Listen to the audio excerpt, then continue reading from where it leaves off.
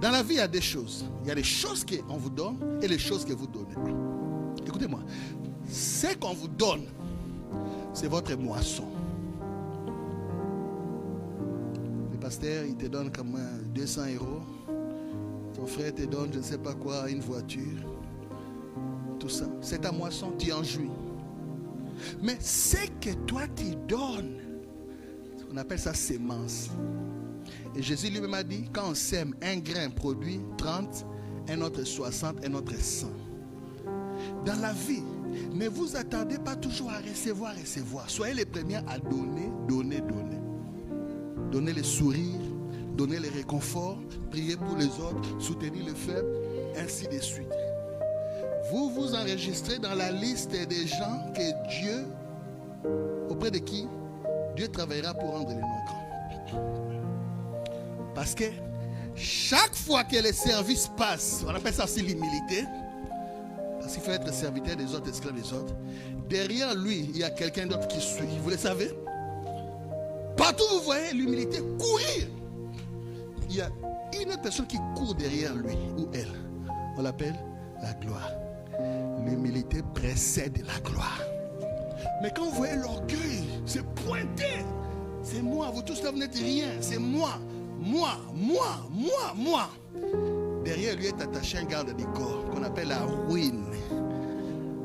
Parce que l'orgueil précède la ruine. Ne soyez jamais orgueilleux. Soyez serviteurs.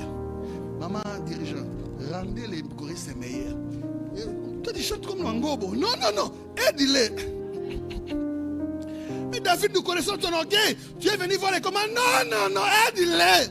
Le petit David informe aujourd'hui peut être votre héros demain si vous lui donnez un peu de temps de patience et d'encadrement. Apprenez à donner toujours. Toutes les choses que vous donnez aux autres vous reviendront multipliées. Toujours.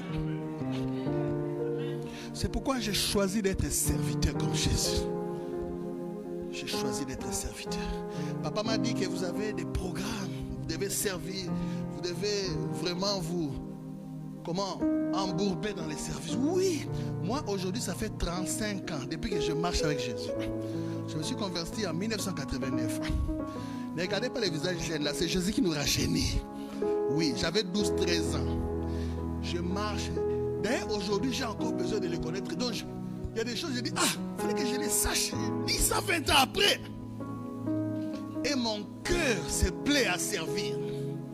Je ne me lasse pas de servir. Parce que plus je sers, plus j'arrange mon compte pour les choses qui doivent me revenir. Ne l'oubliez pas. Dieu ne reste jamais avec la dette de quelqu'un. Il a posé la question, de qui suis-je débiteur pour que je lui paye? Apprenez à faire entrer des nyongo, des dettes à Dieu. Parce que dans la vie, la Bible dit, il y a plus de joie, de bonheur, de grandeur à donner qu'à recevoir. Chaque fois que vous donnez à Dieu, ça peut être l'argent, ça peut être encadrer les autres, prier pour les autres. Donner, c'est pas seulement comme ça. Même tu pries pour les autres, tu encadres. Même les sourires que tu donnes à l'autre, l'encouragement. Chaque fois que vous les faites, alléluia, vous donnez. Vous devenez plus grand que celui qui reçoit. Maintenant, si c'est Dieu à qui vous donnez votre temps, votre énergie, malgré que tu viens du travail fatigué, mais il y a intercession, je viens prier. Malgré tout, mais la dîme, je dois donner. Malgré tout, mon frère, tout ça, je dois aller. Quand vous donnez à Dieu, c'est comme les marques de bâches de ping-pong. Quand tu donnes, la main de celui qui reçoit et en bas de celui qui donne. Maintenant, Dieu n'acceptera jamais de rester en dessous de toi.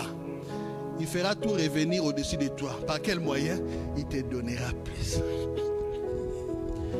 Jésus avait compris cela. C'est pourquoi, existant en forme de Dieu, il n'a pas dit, arrêtez-moi les bruits, c'est moi qui suis Dieu.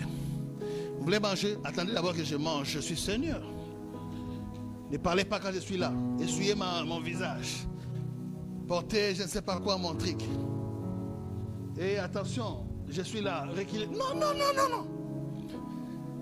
Son plaisir était de servir. Sers et sers toujours. Sers et sers toujours. Quand il n'a rien à donner, donne les sourires, donne l'encouragement. Il y a des gens les gens qu'on ne peut pas acclamer. Vous savez pourquoi? Parce qu'il n'a jamais acclamé pour personne.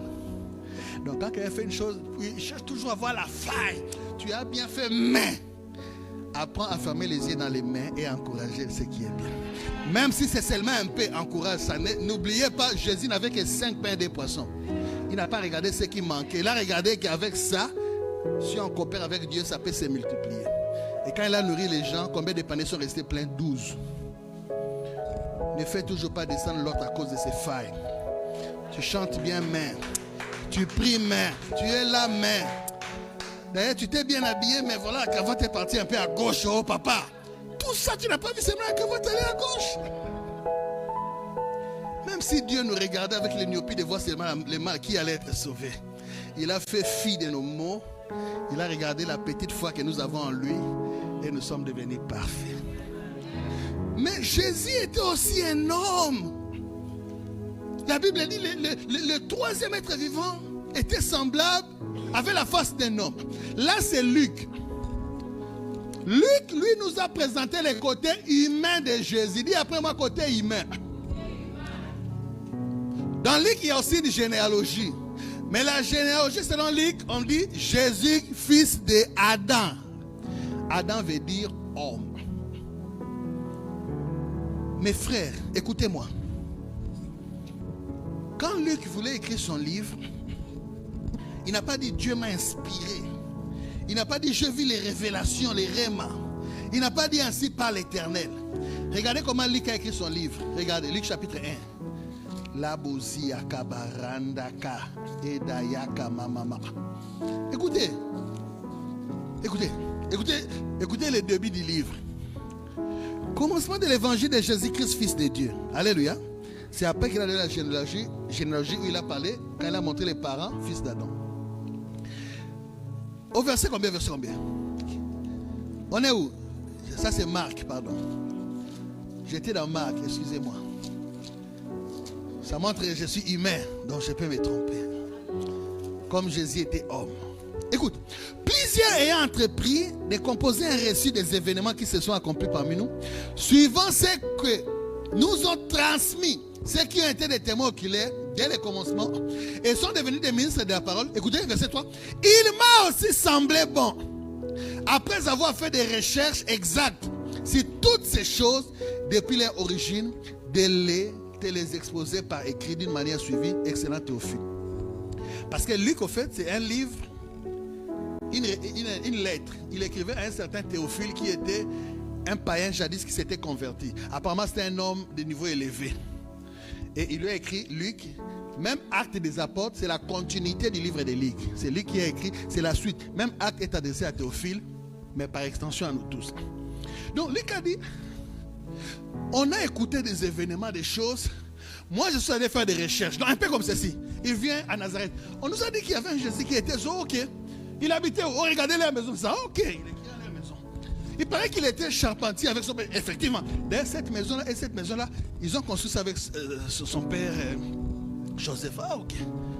Et il paraît qu'il y avait un recensement. Oui, à une certaine période, il y avait un recensement où ils étaient obligés, lui, était dans les ventes pour aller se recenser. Des événements historiques qu'on peut vérifier dans l'histoire.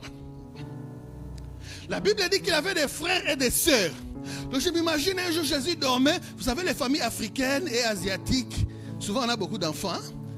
Et les chambres, tu vois, une seule chambre pour tous les garçons, une chambre pour toutes les filles. Des fois même, ils sont mélangés. Donc j'imagine un jour Jésus dormait et puis son frère Jose l'a piétiné. Il dit, ah Jose, enlève un peu le piétine, mais piétine. C'est possible que ça soit arrivé. Parce qu'il était homme. Un jour il pouvait revenir comme ça, les charpentiers, tout ça, il vient. Oh maman, Marie, où est ma nourriture? Oh non, ta sœur l'a mangé. Il a vécu des événements comme ça. Quand les hommes sont allés se faire baptiser ces gens, lui aussi il est parti comme tout le monde. Pour montrer son humanité. Un jour la Bible dit, il était avec ses disciples. Il devait aller prêcher quelque part. Il est fatigué. Peut-être les pieds commençaient à trembler. Jésus a dit, maître, pardon, reste ici à côté du puits de Jacob. Nous, on va aller chercher poisson et sémoule pour toi. Il est resté parce qu'il avait faim. Un jour dans la barque, il dort. La Bible a dit, Dieu ne dort pas, mais comment Dieu dort? Oui, il a